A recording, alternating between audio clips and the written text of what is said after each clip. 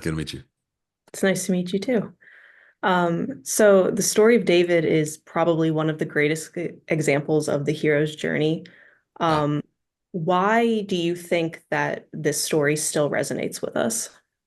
That's a great question, and I've asked myself while making the series that question often because I'm like a sucker for heroes' journeys. I love them all. Whether it's Yeah, Lord of the Rings, Harry Potter, Star Wars, and it's that Joseph Campbell wrote the book Hero with a Thousand Faces, and the idea is that mythological archetype is enduring, and so you sort of wonder because David is one of the originals. This is sort of like the origin of those origin stories, and this is this 3,000-year-old hero's journey, kind of the original Luke Skywalker, and so you wonder what is it about these stories that we must need them on some human level. And it's got to be written on our souls in some way for these stories to matter the way they do. And I really think it's because we all have an inner longing to find and fulfill a destiny, some bigger role to play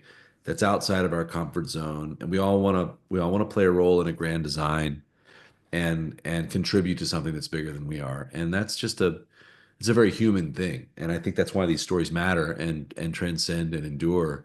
And so David and Goliath, those three words, you'd be hard pressed to find three words that are more globally known, and they're known for something, which is that idea of the underdog and of the hero's journey.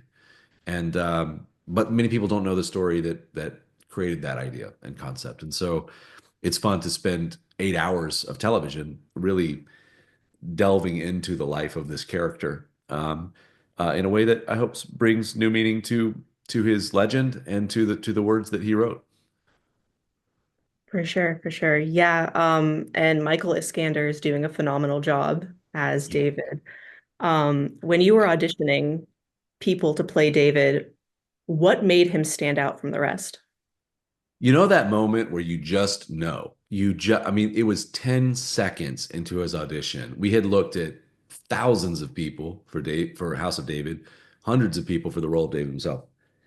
And we were really striking out. Like you want it's kind of a bullseye within a bullseye. You have to have someone that is an incredible musician, also is athletic and has this depth of soul that that that would explain the Psalms that he wrote. And Michael, as soon as I saw his audition, I got we saw it together. Myself, John Gunn, who's the other producer on the project, and some of the other producers, and I literally got on a red eye that night to go meet. I want to have breakfast with you. And we sat for 3 hours and just talked about life and values and our journeys. And I knew that I knew that I knew that this was our David. And there was a lot of people to convince because he was in his ensemble to a Broadway show. And that was his first job. So this is his first job in film and television. And and so there were a lot of people to convince, but at every level, I just fully believed in him and just knew exactly what he could become.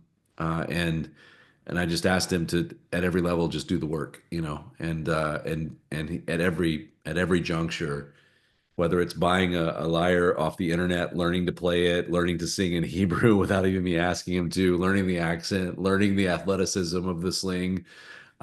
He's just overworked and over delivered, and I could not be more proud of. You feel like a very proud coach watching an athlete out on the field just crush it, and this is the first of many roles for him. He's a very, very special actor and an even more special person. Awesome. I love that. Um, yeah, you mentioned that you dive into more of the story behind the famous story. So my final question for you is, what is one thing that you're just super excited for people to see when they watch the series? I love the performances in the series. I just, I'm not. I've done a lot of jobs in the industry. I've never been an actor, and so that's the terrifying side of the camera, as I call it. And I just think that the performances are so human and so authentic and so relatable. Of course, I'm excited to for people to see and experience the scope and scale that we were able to put. I've never had these type of resources to put things on this type of spectacle, you know. But at the end of the day, the humanity of the performances is just what I love, and I find that many moments in the series are deeply meaningful to me and emotional, and bring a tear to my eye or a smile to my face. And as an entertainer, that's what you dream of bringing to people is just a great experience. And I hope people love it.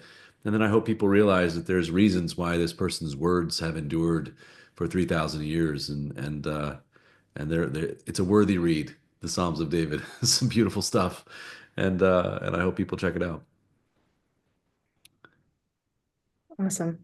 I'm loving it. So um, thank you so much for chatting. Yeah, great. I'm glad you enjoy it. I've been working on each individual episode, and I'm still working on the finale, the visual effects and whatnot. So I've yet to go back to the beginning and just watch them as a fan. So I'm vicariously enjoying it. I'm glad you enjoyed it. I look forward to taking that same journey.